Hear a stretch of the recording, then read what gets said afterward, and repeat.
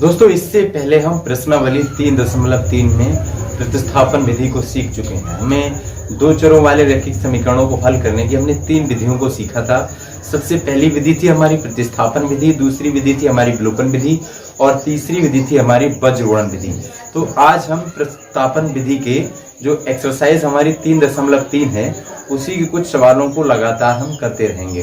तो प्रश्नावली 3.3 का जो एक सवाल है वो हमने इससे पहले ही करके देख लिया है।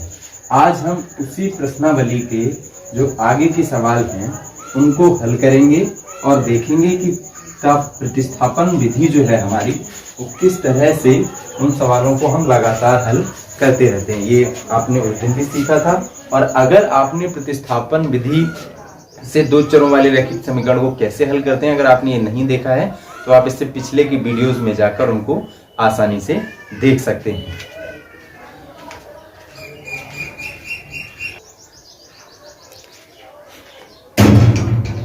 तो प्रश्नावली 3.3 और प्रश्नावली 3.3 के हम इससे पहले एक सवाल को करके देख चुके हैं।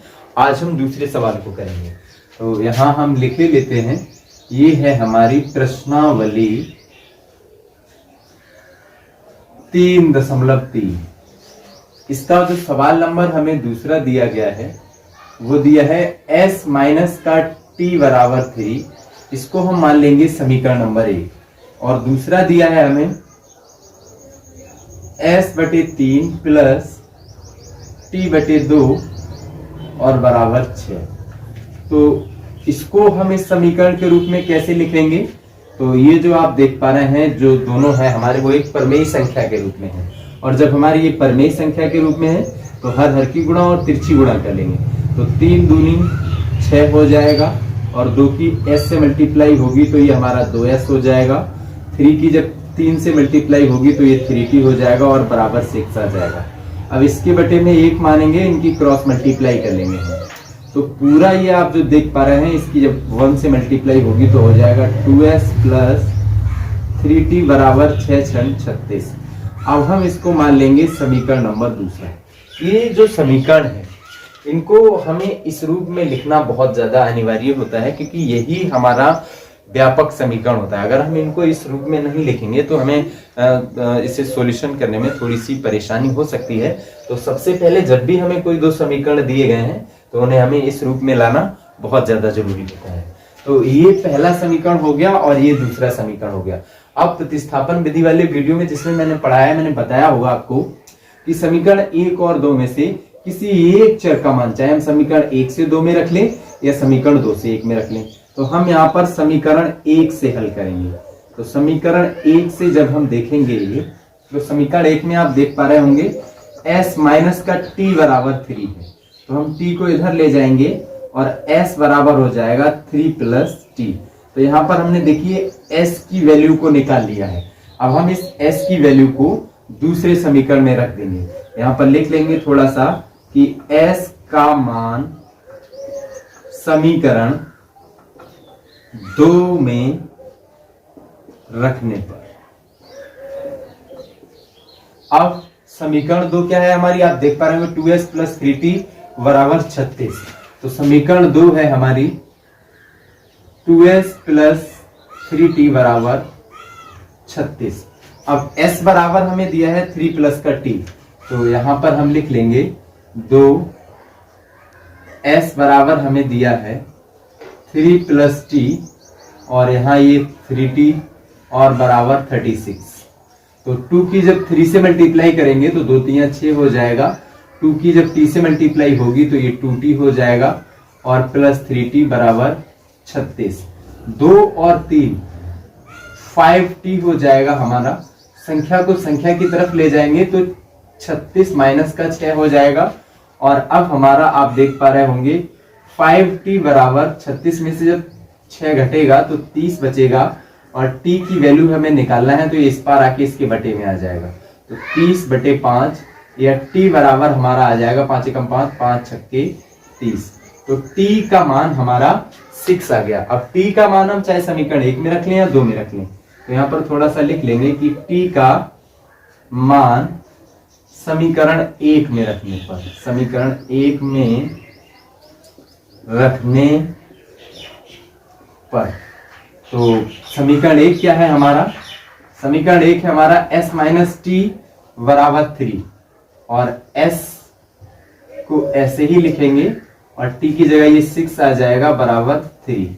अब s बराबर संख्या को संख्या की तरफ, तो 3 और प्लस का 6 हो जाएगा, तो s बराबर हो जाएगा हमारा 9 और t बराबर हम ऊपर ही निकाल चुके हैं, 6 आ जाएगा।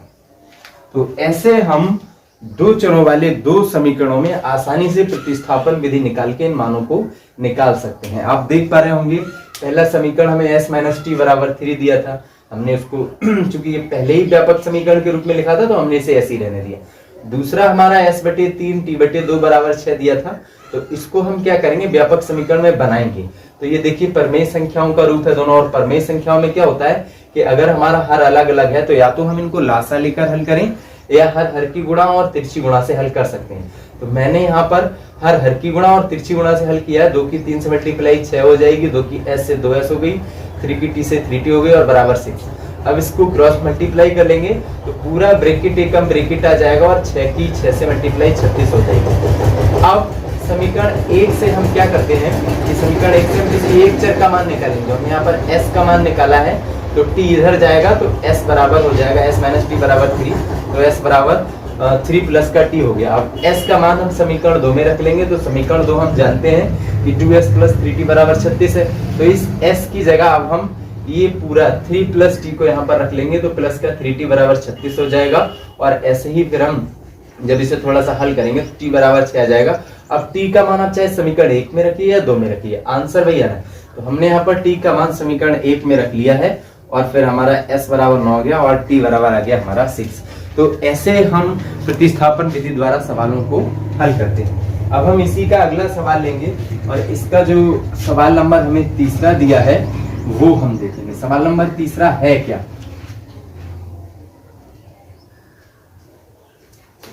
तो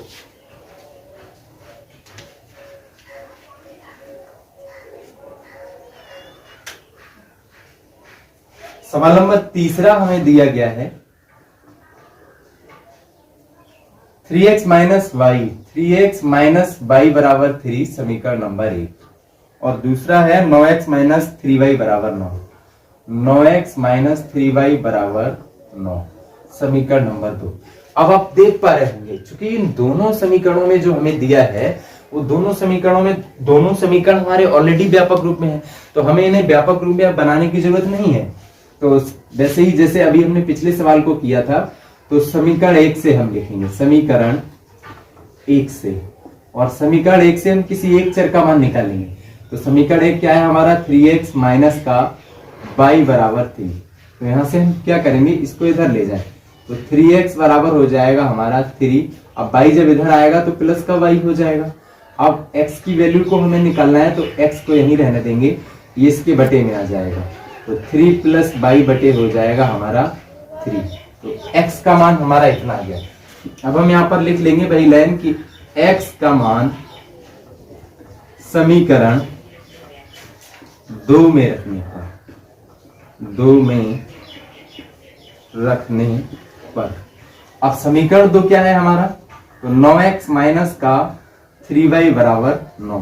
अब इस समीकरण में x की जगह हम इस पूरी वैल्यू को रखेंगे, तो 9 और 3 प्लस y और बटे में 3 माइनस का 3y बराबर 9। अब यहाँ पर आप देख पा रहे हैं इस 9 की इसमें इन दोनों में मल्टीप्लाई होगी, या हम सीधे इस 3 से इस 9 को भाग दे सकते हैं, तो ये हो जाएगा 3 तिया 9। तो यहाँ बचेगा फिर हमारा 3 और 3 प्लस y इतना आ जाएगा, ये 3 तो खत्म हो चुका होगा, और माइनस का बचेगा हमारा 3y बराबर 9।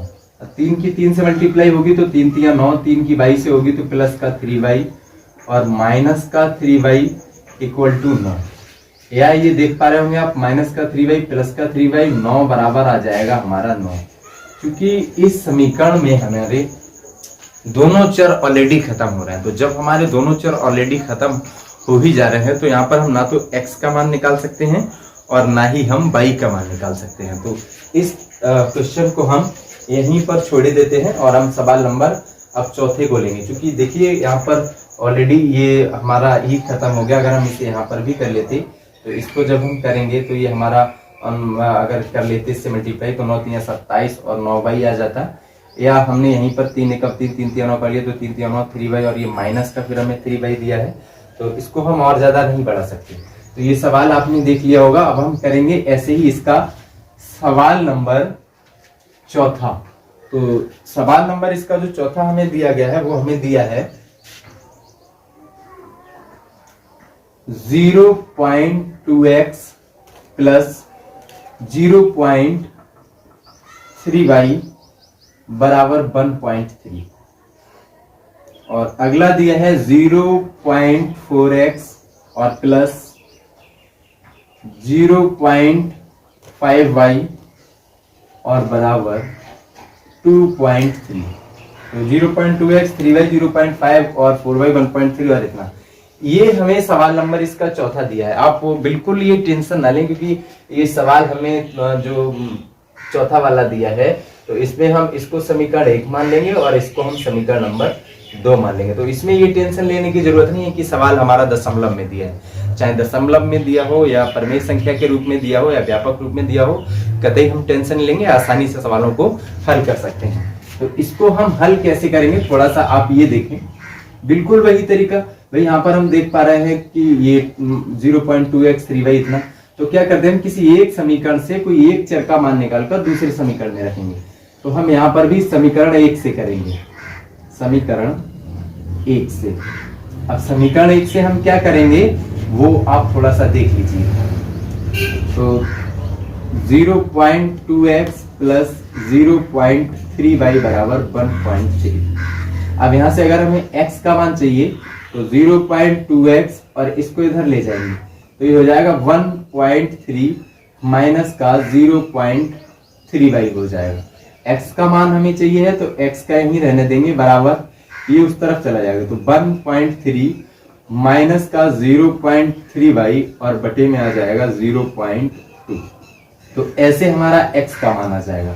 अब बिल्कुल पिछले सवालों की तरह कि x का मान समीकरण 1 में रखने पर, अब समीकरण 2 में रखने पर, अब समीकरण 2 क्या है हमारा 0.4x प्लस 0.5y बराबर 2.3। तो इसमें हम x की जगह इस पूरी वैल्यू को पुटअप करेंगे तो 0.4 और x की जगह हम लिखेंगे 1.3 माइनस का 0.3y और बटे में आ जाएगा 0.2 और प्लस में आ जाएगा हमारा 0.5y बराबर 2.3। अब इस 0.4 से हम यहाँ पर मल्टीप्लाई कर लेंगे तो देखिए क्या होगा हमारा 0.4 की जब इसमें हम मल्टीप्लाई करेंगे तो ये हमारा कुछ इस तरह आ जाएगा। 4 की जब 1.3 से मल्टीप्लाई होगी तो हो जाएगा 13 चौका 52 मीन्स 5। अगर आप गुणा नहीं कर पाए हैं तो ये देखिए आपको 0.4 दिया है हमें और 1.3 दिया है तो 3 चौक 12 के 2 और 3 सिफर का 0, 1 चौक 4 और 1 0 0। तो ये हो जाएगा हमारा 3 चौक 12 और ये पूरा 12 आ जाएगा। तो 2 और 5 और 0 2 के बाद दशमलव है तो यहाँ लगा लेंगे। तो बिल्कुल टेंशन लेने की जरूरत नहीं है। तो इसको हम आसानी से करते हैं। 13 की 4 से मल्टीप्लाई 13 चौका 52 तो 0.52 और 4 की जब 3 से मल्टीप्लाई होगी तो 3 चौक 12 तो माइनस का आ जाएगा हमारा 0.12 और 22 और बटे में बचेगा हमारा 0.2 और प्लस में आ जाएगा हमारा 0.5y बराबर 2.3। तो ऐसे हम हल कर सकते हैं। अब इसकी मल्टीप्लाई इधर कर लेंगे तो 0.52 माइनस का 0.12y, इसकी जब इसमें मल्टीप्लाई होगी तो हो जाएगा 2 पंजे 10 तो 0.10y बराबर इसकी जब इसमें मल्टीप्लाई होगी तो ये हो जाएगा 23 दूनी 46 और 2 के बाद जब हम मल्टीप्लाई लगाएंगे तो 0.46 आ जाएगा हमारा कुछ इस तरह से। अब y का मान हमें चाहिए तो देखिए 0.12y माइनस का है, 0.10y प्लस का है तो यहाँ पर इसमें से जब इसको घटाएंगे तो ये बचेगा हमारा माइनस का 0.2 और बराबर 0.46। ये जब इस तरफ जाएगा तो माइनस का बन जाएगा 0.52। तो माइनस का 0.2 बराबर 46 में से जब ये घटेगा तो माइनस का बचेगा 0.6। अब y की वैल्यू को हमें चाहिए है तो y यहीं रहने देंगे और माइनस माइनस ये प्लस हो जाएगा तो 0.6 और बटे में पहुंचेगा 0.2। दशमलव से दशमलव कट जाएगा तो y बराबर 2 की जब 6 से भाग होगी तो 2 तिया 6 होता है। तो y का मान आ गया हमारा 3। तो ऐसे हम बड़ी आसानी से, दशमलव दिया हो कुछ दिया हो, बिल्कुल डरने की जरूरत नहीं है। तो y का मान हमारा 3 आ गया। अब y का मान समीकरण 1 में रखने पर, तो समीकरण 1 क्या है हमारा, 1 दिया है हमें 0.2x प्लस 0.3y बराबर 1.3। तो y की वैल्यू को 3 रखेंगे, 0.2x प्लस 0.3, y की जगह 3 आ जाएगा बराबर 1.3। तो 0.2x प्लस 3 तिया 9 हो जाएगा। 1 के बाद दशमलव है तो 1 के बाद हम दशमलव को लगा लेंगे। और अगर ये आपको समझ ना आ रहा हो तो कोई ऐसी जरूरत नहीं है टेंशन।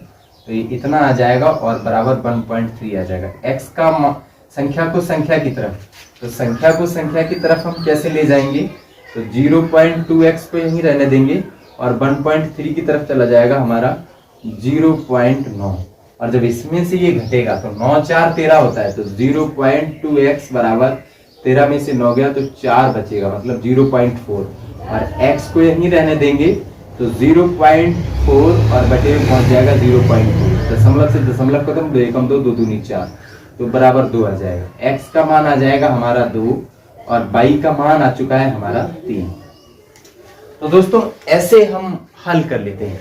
ये हम प्रतिस्थापन विधि से सवालों को हल कर रहे हैं और आज हमने प्रतिस्थापन विधि से प्रश्नावली 3.3 के 3 सवालों को हल करके देखा है। तो दोस्तों अगर आपको ये वीडियो अच्छा लगता है, हेल्पफुल लगता है, तो वीडियो को लाइक कीजिए और चैनल को सब्सक्राइब कीजिए। वीडियो देखने के लिए आपका बहुत बहुत धन्यवाद।